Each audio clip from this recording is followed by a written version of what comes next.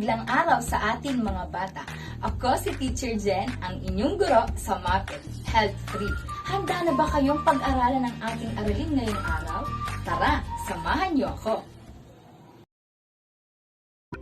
Sa araling ito ay maipaliliwanag mo ang mga dapat gawin upang makaiwas sa anumang sakit o karamdaman.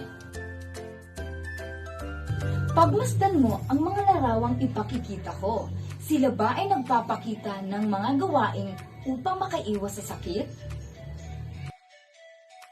Tingnan mo si Lina. Siya ay naghuhugas ng kamay.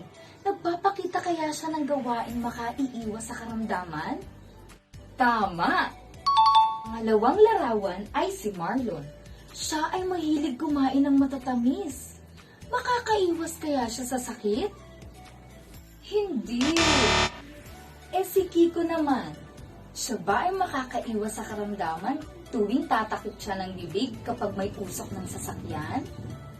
Opo, tama. Ang susunod na larawan ay mga batang nag-i-ehersisyo. Isa ba itong gawaing pangkalusugan? Opo, mahusay. Ang huling larawan ay si Jenny.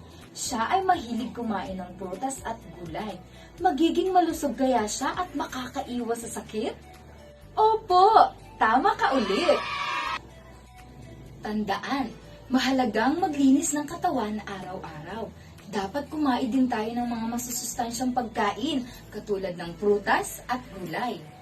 Uminom din ng tamang tubig at gatas. Makakatulong din kapag mag-i-ehersisyo tayo araw-araw. Matulog ka rin ng may sapat na oras. Maging masaya at masigla araw-araw. Sigurado ako. Tsak, makakaiwas ka sa sakit at magiging malusog. Ayan, natapos na natin ang aralin.